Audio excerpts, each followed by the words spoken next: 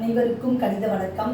இப்போ பார்க்க போகிறது 7ஆம் வகுப்புக்குரிய கணக்கு 3ஆம் பருவம் பயிற்சி 2-4. அதில் 4வது கணக்கை பார்க்க போகிறோம். பாட்ஷா என்பவர் ஒரு வங்கியில் இருந்து ஒரு குறிப்பிட்ட தனி வட்டி வீதத்தில் ரூபாய் 8500 கடனாக பெற்றார். 3 ஆண்டுகள் கழித்து அவர் ரூபாய் 11050 செலுத்தி கடனை அடைத்தார் எனில் வட்டி வீதம் எவ்வளவு அப்படின்னு சொல்லி கேட்கப்பட்டிருக்கு. வட்டி வீதம் கேட்டிருக்காங்க கணக்குல. ஃபர்ஸ்ட் நம்ம இப்போ என்ன செய்யணும்னு பார்த்தீங்கன்னா, மொத்த தொகை கொடுத்துருக்காங்க. இது என்னது அசல். அப்ப நம்ம தனி வட்டி தெரிஞ்சாதான் அடுத்து இந்த ஃபார்முலாவை பயன்படுத்தி நம்ம கணக்கை செய்யலாம். இப்போ பாருங்க, மொத்த தொகை அதாவது ஏ மொத்த தொகை மைனஸ் அசல் ஈக்குவல் டு தனி வட்டி. இது ஒரு ஃபார்முலாவை படிச்சிருக்கோம். இப்போ மொத்த தொகை அப்படின்னா இந்த கணக்கில் பொறுத்த வரைக்கும் எவ்வளோ செலுத்திருக்காரு மொத்த தொகை, அது ஏ.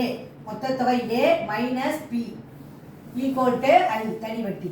இப்போ ஏ என்பது 11050 மைனஸ் அசல் எவ்வளோ வாங்கியிருக்காங்கன்னு பார்த்தீங்கன்னா 8500 தான் அசல் கடனாக வாங்கியிருக்காரு. இதில் கழிச்சோம்னா 11050ல் 8500 கழிக்கிறோம். கழிச்சோம்னா 5 10ல் 5 போனால் 5, இங்கே 10ல் 8 போனால் 2.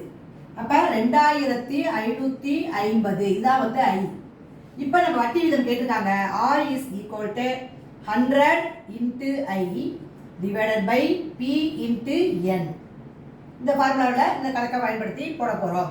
100 அப்படியே போட்டுக்கிறோம். இன்ட்டு ஐ எவ்வளோ கண்டுபிடிச்சிருக்கோம், 2550 டிவைடட் பை P என்பது 8500 இன்ட்டு N என்பது 3 ஆண்டுகள் கொடுத்துருக்காங்க 3.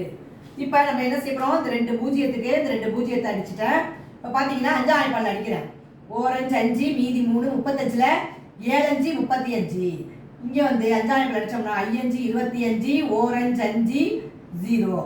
இப்போ 3ஐயும் 510 அடிக்கிறேன். ஓர் 3 3 இது அடிச்சிங்கன்னா ஓர் 3 3 மிக்ஸ் இது 2 21ல் 7 3 21 0. இப்போ பார்த்தீங்கன்னா ஓர் 17 17 10 17 170. அப்போ ஆன்சரு என்ன கிடைச்சிருக்கு, 10%.